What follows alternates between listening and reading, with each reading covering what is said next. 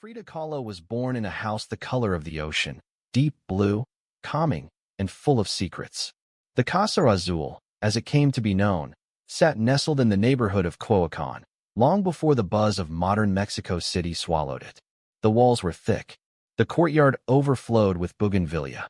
The air always seemed to hum with something invisible, perhaps the ghosts of revolutions or the pulse of something waiting to be born. Her father, Guillermo Kahlo, wasn't born in Mexico.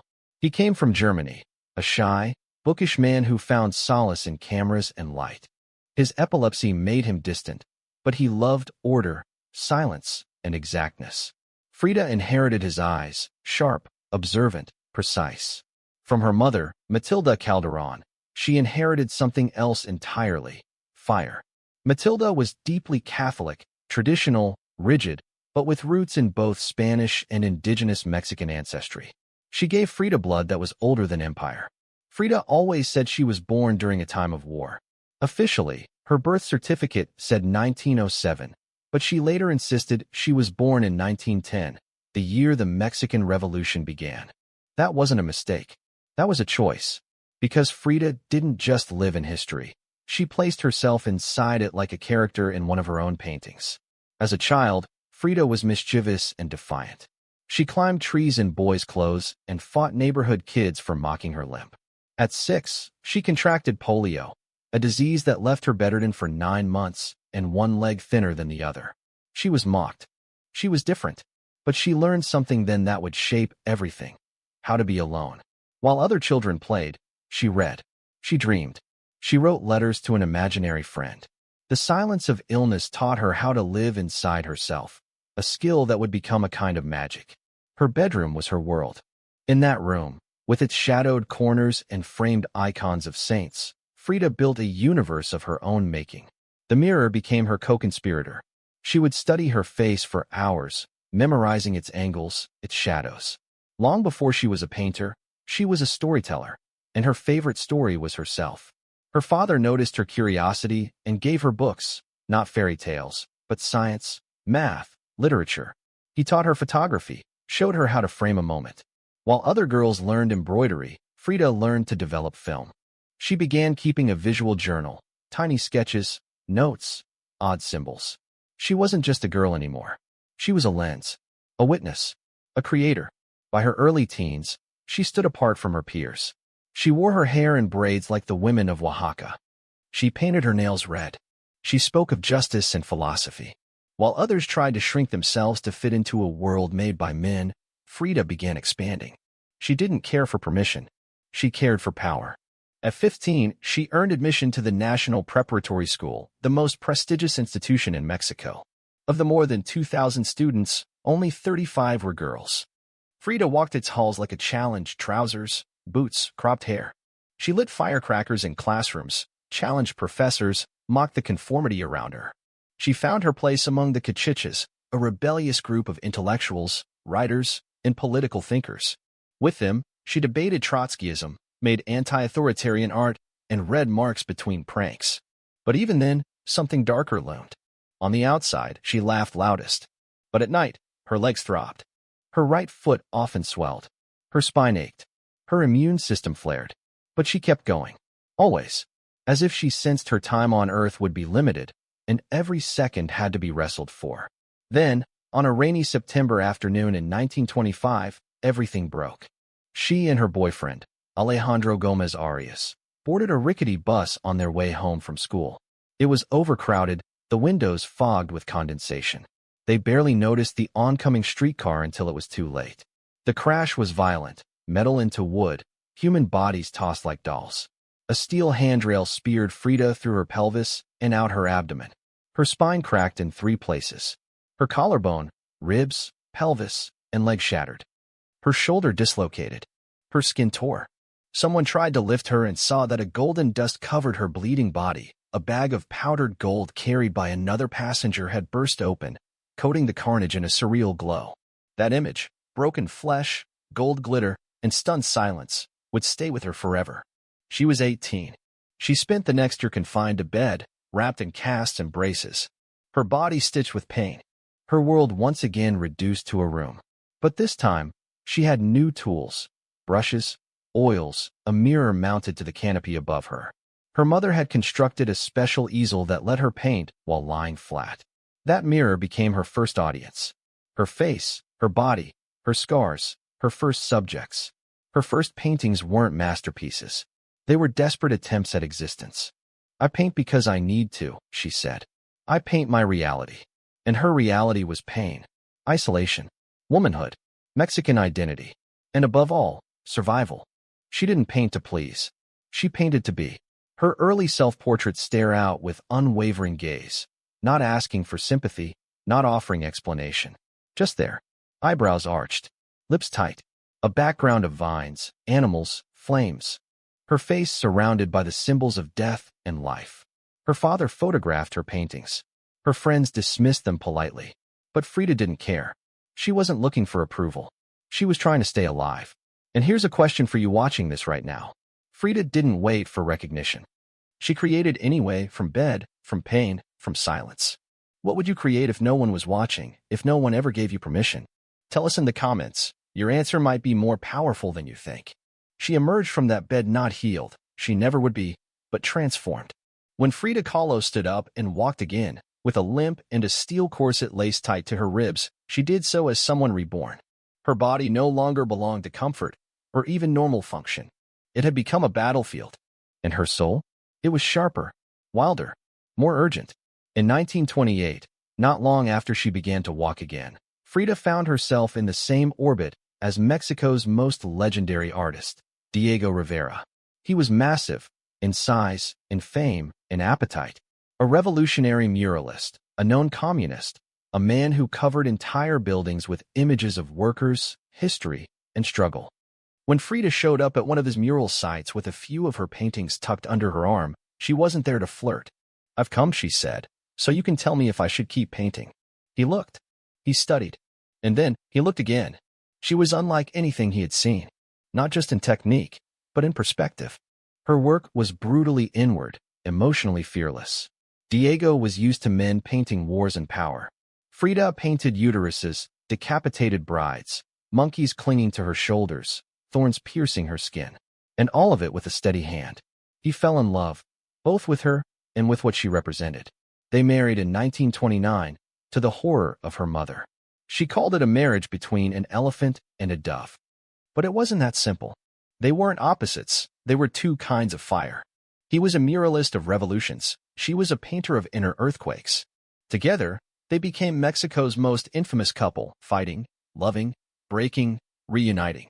Diego cheated constantly. Frida did too.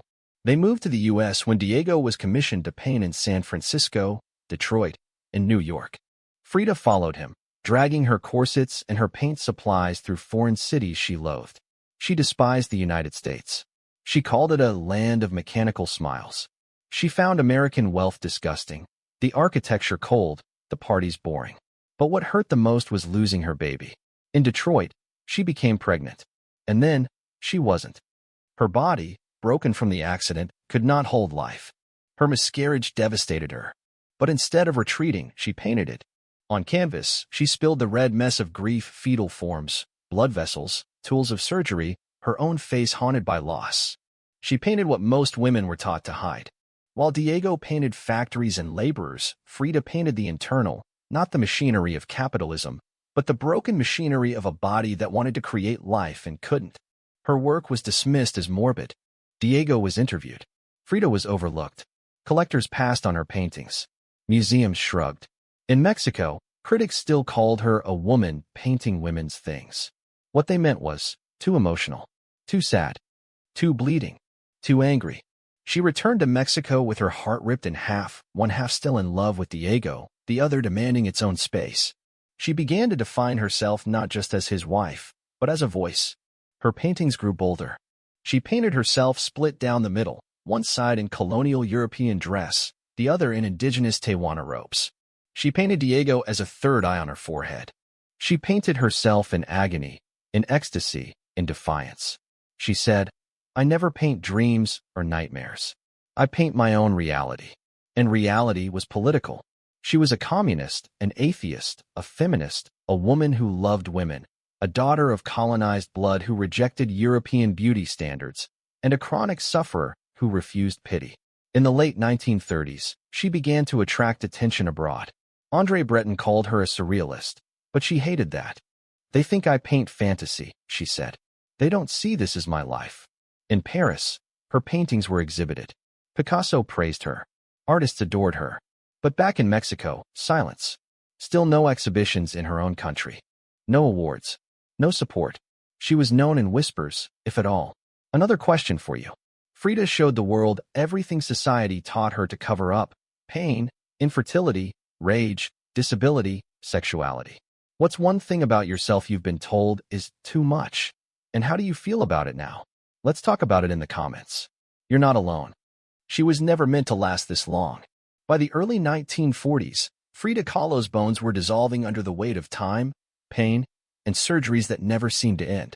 Doctors inserted rods into her spine, fused vertebrae, amputated toes. Each procedure came with its own failure. Her body was collapsing in slow motion, yet somehow, her will only sharpened. She kept painting. She painted with a corset digging into her ribs, with her foot bound, with morphine in her veins. She painted lying down, standing in agony, sketching through tremors. Her canvases during this time are not just art, they are war journals. They show her impaled, her body bursting into flowers, her heart bleeding openly. She painted what most people couldn't say aloud. And still, the Mexican establishment said nothing. They celebrated Diego, funded his murals, put him on posters, treated him like a national prophet. Frida? She remained the odd wife, the eccentric, the disabled woman who painted too personally. She had become everything the state didn't want to deal with, a woman who didn't pretend to be happy, who didn't bear children, who questioned Catholicism, who spoke about politics, who was indigenous, European, queer, angry, revolutionary. She didn't fit the mold of post-revolutionary nationalism. She wasn't the image of the pure, suffering mother or the strong peasant worker. She was something else. Too real. In 1950, after yet another spinal operation, she was hospitalized for over a year. Diego visited her, brought her paints, brought her magazines. She made art in bed. Nurses helped her sit up. She painted herself in a hospital bed, connected to IVs, staring at the viewer as if to say, "This is what survival looks like." But she didn't just survive. She raged. She published essays on colonialism. She taught art to young students. She gave speeches from her wheelchair at Communist Party meetings. She attended protests, shouting until her throat gave out. And then, in 1953, came something she had long waited for, her first solo exhibition in Mexico. But her body wasn't ready. Her right leg had been amputated below the knee due to gangrene. Her doctors said she was too weak to attend, that her heart could fail, that movement could kill her. She went anyway. She arrived in an ambulance. Friends carried her, bed and all, into the gallery. They placed her at the center of the room, surrounded by her own work. Guests cried. Frida smoked. She drank tequila. She laughed loudly. She glowed. It was not a funeral. It was a coronation. This was her victory, not just against pain, but against silence. Less than a year later, on July 13, 1954, she died. The official cause was a pulmonary embolism, but some believe it was suicide. Her last diary entry reads, "I hope the exit is joyful, and I hope never to return." The government issued no official statement. There was no national mourning. Her death passed with little fanfare. Diego was destroyed. Her students wept. The newspapers gave her a few paragraphs. And then the silence began again. For nearly 2 decades, Frida Kahlo's name faded into obscurity.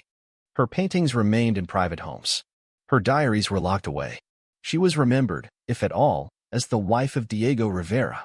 Mexican museums didn't hang her work. Art history books skipped over her. The institutions that had ignored her in life did the same in death. But Frida, even in death, refused to stay buried. In the 1970s, the world changed. Feminist art historians dug through archives and found her.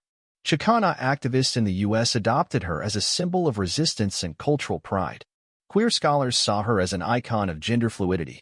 The art world rediscovered her, not as Rivera's wife, but as a singular force. Books were published. Documentaries made. Her paintings, once ignored, began selling for millions. The Mexican government, sensing her international fame, stepped in. Her childhood home, La Casa Azul, became the Frida Kahlo Museum. Her face appeared on stamps, pesos, t-shirts. The woman who had been ignored became the most celebrated female artist in Mexican history. But it came at a cost. Her image was everywhere, but her pain was flattened. Her politics erased. Her body romanticized. Frida, who painted from blood and broken bone, was now printed on tote bags and vodka bottles. Final question for you. Frida wanted to be seen, not sanitized. She didn't want to be beautiful, she wanted to be truthful. So tell us, do you think Frida would be proud of her legacy or furious that her pain became branding? Let's talk about it in the comments. Your voice matters here. Frida Kahlo wasn't just a painter. She was a mirror, and what she reflected made people uncomfortable. That's why they ignored her. That's why they erased her. But truth doesn't die. It waits. And when it returns, it demands to be seen, just like she always did.